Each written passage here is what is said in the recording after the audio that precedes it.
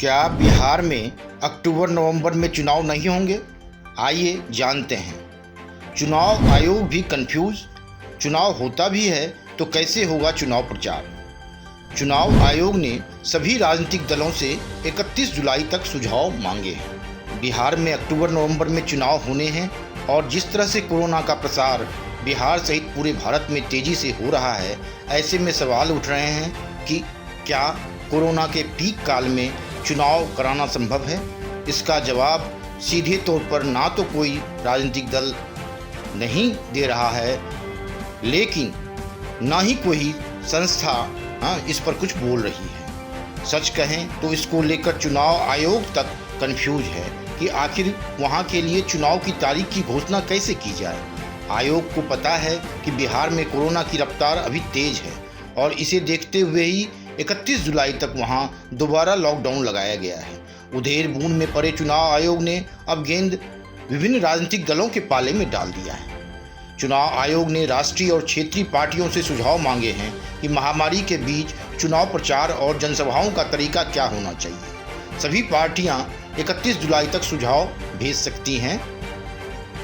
आयोग ने कहा कि कोरोना संक्रमण के बचाव के लिए केंद्र और राज्य सरकारों ने डिजास्टर मैनेजमेंट एक्ट 2005 के तहत गाइडलाइंस जारी किए हैं, जैसे पब्लिक प्लेस पर मास्क लगाना, सोशल डिस्टेंसिंग रखना, सार्वजनिक जगहों पर थर्मल स्कैनिंग और सैनिटाइजर भी जरूरी है।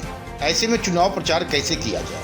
वहीं बिहार की 9 पार्टियां वर्चुअल प्रचार के प्रस्ताव का विरोध जता चुकी है। पहले ही राज्य की 9 पार्टियों ने चुनाव आयोग को पत्र लिखकर कोरोना संक्रमण के हालात पर चिंता जताई थी। बिहार के 13 करोड़ लोगों में 7.5 करोड़ वोटर हैं, जिनके बीच 2 गज की दूरी तय करनी होगी। ऐसे में आयोग बिहार के लोगों को यह भरोसा दिलाए कि पूरी चुनाव प्रक्रिया कोरोना विस्फोट की वजह से नहीं बनेगी।